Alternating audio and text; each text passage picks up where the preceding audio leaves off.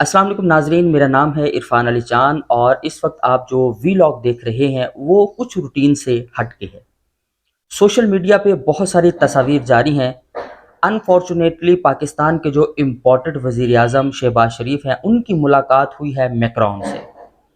فرانسیسی صدر میکرون کو کون نہیں جانتا، یہ وہ گستاخ رسول ہے کہ جو نہ صرف گستاخی کرتا ہے بلکہ سرکاری سطح پر گستاخی جب ہو جاتی ہے تو اس کا ساتھ دیتا ہے، اور اگر اس کی مذمت کی جائے تو پھر اس کو شرمندگی بھی نہیں ہوتی اور یہ معافی بھی طلب نہیں کرتا۔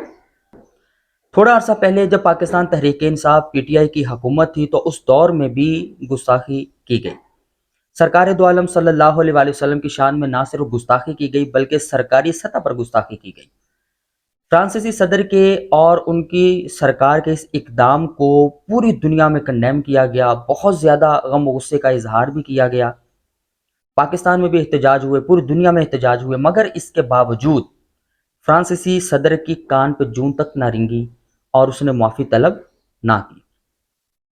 پاکستان کی تمام مذہبی جماعتیں بہت زیادہ غصے میں تھیں، احتجاج بھی کیے۔ مولانا فضل الرحمان جو کہ ایک کٹ پتلی ہیں، انہوں نے بھی بہت زیادہ پریس کانفرنسز کی اور خاص طور پہ ان کے الفاظ تھے کہ فرانسیسی سفیر کا جانا ٹھہر گیا ہے، یعنی کہ اب فرانسیسی سفیر کا جانا ٹھہر گیا ہے۔ اس کا مطلب یہ تھا کہ اب فرانسیسی سفیر کسی صورت میں پاکستان سے نہیں جائے گا۔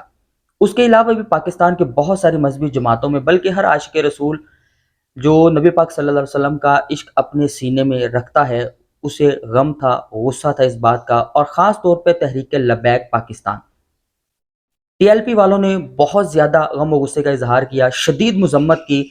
نہ صرف انہوں نے مذمت کی بلکہ عملی مظاہرہ میدان عمل میں نکل کے کیا، احتجاج کیا، ریکارڈ بھی کروایا۔ اس عمل میں ان کے بہت سارے کارکنان شہید ہوئے، کچھ پولیس والے بھی شہید ہوئے، مگر تحریک لبیک پاکستان کے کارکنان نبی پاک صلی اللہ علیہ وسلم کی حرمت کے لیے بہت زیادہ قربان ہوئے۔ وجہ یہ تھی کہ فرانسیسی سفیر کو پاکستان سے نکالنا ہے، فرانسیسی مصنوعات کا بائیکاٹ کرنا ہے، فرانس کے ساتھ اپنے تعلقات کو مکمل طور پہ منقطع کرنا ہے۔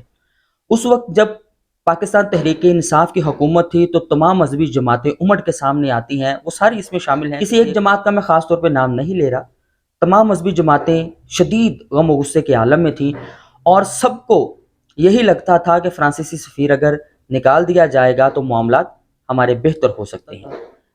دوستو، آج پاکستانی سوشل میڈیا پہ جو تصاویر بہت زیادہ کل سے گردش کر رہی ہیں، انفارچونیٹلی کٹ پتلی اور امپورٹڈ وزیر اعظم شہباز شریف کی کارنر میٹنگ ہوئی ہے میکرون کے ساتھ۔ ان تصاویر کو آپ سوشل میڈیا پہ دیکھ بھی سکتے ہیں اور بلکہ ایک دو دن سے دیکھ رہے ہوں گے کہ کس طرح سے ہنس ہنس کے خوش گپیاں لگائی جاتی ہیں، اور ان کے ساتھ پاکستان کا ایک جنانہ سیاستدان بھی وہاں موجود ہے۔ زرداری کا بیٹا بلاول بھٹو بھی وہاں پہ موجود ہے، بلاول بھٹو نہیں بلکہ بلاول زرداری بھی وہاں پہ موجود ہے، اور زرداری کی خواہش ہے کہ مرنے سے پہلے وہ ایک بار اپنے جنانے بیٹے کو وزیر اعظم بنا دیکھنا چاہتا ہے۔ تو دوستو، اس وقت جب پاکستان تحریک انصاف کی حکومت تھی تو بہت زیادہ غم و غصے کا اظہار بھی کیا جا رہا تھا، مارچ بھی کیے جا رہے تھے، احتجاج بھی کیا جا رہا تھا، بہت سارے معاملات کیے جا رہے تھے، مگر اب کسی مذہبی جماعت کی طرف سے کوئی مذمتی بیان ابھی تک فی الحال سامنے نہیں آیا۔ بعد میں آ جاتا ہے تو وہ الگ بات ہے، مگر جس طرح سے پاکستان تحریک انصاف کی حکومت میں فوری رد عمل ہوا کرتا تھا، وہ رد عمل ہمیں اس وقت دیکھنے کو نہیں ملتا۔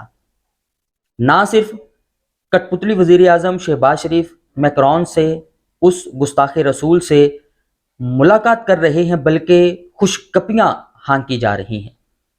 پاکستان تحریک انصاف کا دور تھا ناظرین، گستاخی کی گئی سرکار دو عالم صلی اللہ علیہ وسلم کی شان میں، نہ صرف پرائیویٹلی بلکہ سرکاری سطح پر یہ گستاخی کی جاتی ہے، اور میکرون اسے ڈیفینڈ کرتا ہے۔ اور اس وقت تمام مذہبی جماعتیں امڑ کر آ جاتی ہیں کہ ان مصنوعات کا، فرانسیسی مصنوعات کا بائیکاٹ کیا جائے، فرانسیسی سفیر کو نکالا جائے، فرانس کے ساتھ تعلقات ختم کیا جائیں۔ لیکن اب کوئی کیوں نہیں بول رہا؟ سمجھ میں نہیں آتی کہ وہ کون ہے جو ان کو کنٹرول کرنے والا ہے، وہ کون سی طاقت ہے جو ان کے سر پہ مسلط ہے، وہ کون لوگ ہیں جو اتنے زیادہ طاقتور ہیں کہ وہ جب چاہتے ہیں، جو چاہتے ہیں، کسی سیاستدان کے پیچھے، کسی فیمس پرسنالٹی کے پیچھے جسے چاہے وہ لگا دیتے ہیں۔ اس سے محسوس ہوتا ہے کہ فی الحال ان کا مقابلہ ابھی تک موجود نہیں۔ وہ کون لوگ ہیں آپ سب بھی جانتے ہیں۔